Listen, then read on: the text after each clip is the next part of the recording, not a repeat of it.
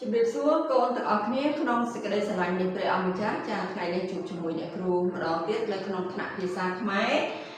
មេរៀនទី36មានចំណងជើងថាសញ្ញាលេខតូចចាកូនធ្លាប់ស្គាល់សញ្ញាលេខតូចនេះមែនទេកូនធ្លាប់ជួបប្រទះនៅក្នុងកូនអានសៀវភៅអំណាងណាហើយក៏កូនធ្លាប់ជួបប្រទះនៅក្នុងល្បះហើយក៏កូនធ្លាប់ជួបប្រទះនៅពេលដែលកូនបានសរសេរអញ្ចឹងដើម្បីឲ្យច្បាស់ថាសញ្ញាលេខតូចហ្នឹងគេប្រើវាយ៉ាងម៉េចហេតុអីបានជាគេត្រូវប្រើសញ្ញាលេខតូចហ្នឹងអញ្ចឹងថ្ងៃនេះអ្នកគ្រូនឹងបង្ហាញកូនទាំងអស់គ្នាអញ្ចឹងមុននឹងយើង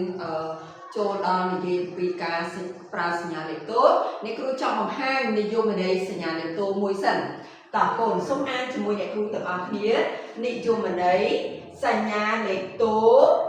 ណាសញ្ញានេះគឺជាសញ្ញាលេខតូចណាសម្រាប់ស្ទួនពាក្យមួយម៉ាត់ឬច្រើនម៉ាត់ឲ្យថាពីរដងដដែលចាសញ្ញាលេខតូចសម្រាប់ស្ទួនពាក្យមួយម៉ាត់ឬច្រើនម៉ាត់ឲ្យថាពីរដងដដែលចាអញ្ចឹងនៅពេលដែលប្រើសញ្ញាលេខតូចគឺគេប្រើសម្រាប់ស្ទួនបានន័យថាផ្ទួនពាក្យហ្នឹងដដែលហ្នឹងនៅស្ទួនពាក្យមួយម៉ាត់ឬក៏ច្រើនម៉ាត់ឲ្យថាពីរដងដដែលចាយើងថាពីរដងដដែលពាក្យហ្នឹងអញ្ចឹងប្រើសញ្ញាលេខតូចហ្នឹងគឺដើម្បីអញ្ចឹងចាឥឡូវយើងមើលនៅក្នុងល្បះជាមួយអ្នកគ្រូទាំងអស់គ្នាចាល្បះនៅទី1អ្នកភូមិខ្ញុំចិញ្ចឹមសត្វផ្សេងកូនឃើញទេចាប្រើសញ្ញាលេខតូចឲ្យប្រើពាក្យស្ទួនណាមួយម៉ាត់ស្ទួនគ្នាចាឲ្យប្រើពាក្យដដែលនឹងស្ទួនគ្នាតាមការចូលចិត្តរបស់ពួកគាត់ម្ដងទៀតអ្នកភូមិខ្ញុំចិញ្ចឹមសត្វផ្សេងតាមការចូលចិត្តរបស់ពួកគេចាអញ្ចឹងឃើញស្ទួនអីក៏ឃើញពាក្យផ្សេងបានន័យថាផ្ទួនគ្នាចាមួយទៀតទី2គ្រួសារនីមួយធ្វើរបងព័ទ្ធជុំវិញផ្ទះដើម្បីកុំឲ្យសត្វខ្លាមកយាយីចាអញ្ចឹងគ្រួសារនីមួយអញ្ចឹងពាក្យហ្នឹងគឺស្ទួនដដែលនិយាយដដែលណែថាដដែលណែពីរដងធ្វើរបងព័ទ្ធជុំវិញផ្ទះដើម្បីកុំឲ្យសត្វខ្លាមកយាយីចាណែទី3ពេលទៅដើរលេងម្ដងគឺស្ទួនពីអីកូនចាបងអូនខ្ញុំទិញតុក្កតារូបសត្វខ្លាជានិច្ចចាអញ្ចឹងពេលនៅពេលគាត់ទៅដើរលេងម្ដងណាបងអូនទិញតុក្កតារូបសត្វខ្លាជានិច្ចអញ្ចឹងឃើញមានពាក្យណាដែលថាដដែល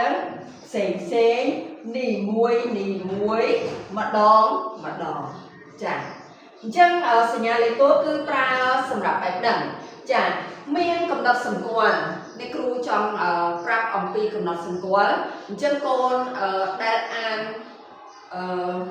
ប៉ះពាក្យនានាអីក៏នានាចាអញ្ចឹងសញ្ញាលេខតូចនេះគឺប្រើសម្រាប់ភាសាខ្មែរសុទ្ធណាអត់មានលាយជាមួយនឹងបាលីទេណាសញ្ញាលេខតូចហ្នឹងណាចាគឺប្រើសម្រាប់ភាសាខ្មែរចាចំណែកនានានេះចានានានេះគឺជាភាសាបាលីចាភាសាបាលីអញ្ចឹងគេប្រើទៅលើខេត្តនា